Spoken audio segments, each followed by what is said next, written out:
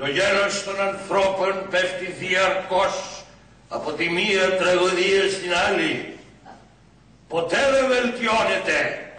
Σαν συναρπαστικό παραμύθι με μαγευτικές εικόνες, ο Ρόμπερτ Βίλσον, ο παγκοσμίου φήμης Αμερικανός σκηνοθέτης και εικαστικός, ξεδιπλώνει στην κεντρική σκηνή του Εθνικού Θεάτρου το περιπετειώδες ταξίδι του Οδυσσέα μετά τον Τροϊκό Πόλεμο με προορισμό του την Ιθάκη.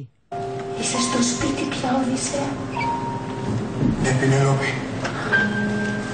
Εσύ είσαι το σπίτι μου. Εσύ είσαι η Ιθάκη μου. Στην Οδύσσεια, που βασίζεται στο εμβληματικό ομηρικό έπος και αντανακλά τον πανανθρώπινο πόθο για επιστροφή στην πατρίδα, ο Ρόμπερτ Βίλσον ρίχνει φως στις δοκιμασίες και τα εμπόδια που πέρασε ο Οδυσσέας για να επιστρέψει στον τόπο του και να ξαναβρει τη ζωή του. Τους ρόλους του Οδυσσέα και της Πινελόπης ερμηνεύουν ο Σταύρος Ζαλμάς και η Μαριένα Φλιώτου.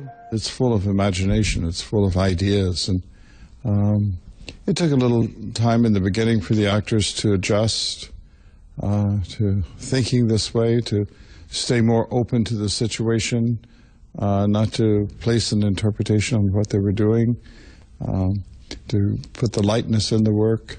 Ναι, είναι ένα όνειρο που γίνεται πραγματικότητα. Έμαθα πάρα πολλά πράγματα από αυτή τη συνεργασία και επίσης μαγεύτηκα. Δηλαδή ο τρόπος που μιλάει αυτός ο άνθρωπος για το θέατρο, για το όραμά του, είναι μαγευτικός. Ήταν ένα ταξίδι γνωριμίας με τον κόσμο που κουβαλάει μέσα στο μυαλό του ο Ρόμπερτ Βίλσον, που είναι ένας εντελώς διαφορετικός κόσμος από αυτόν που ξέρουμε.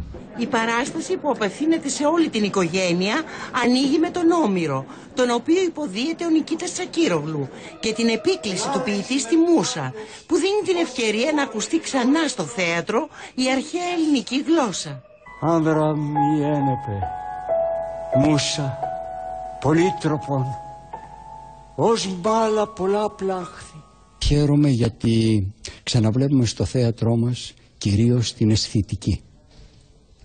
Είναι πολύ μεγάλη υπόθεση να έρχεται ο θεατής να απολαμβάνει κάτι ξεχωριστό από την πεζή ζωή του αυτή.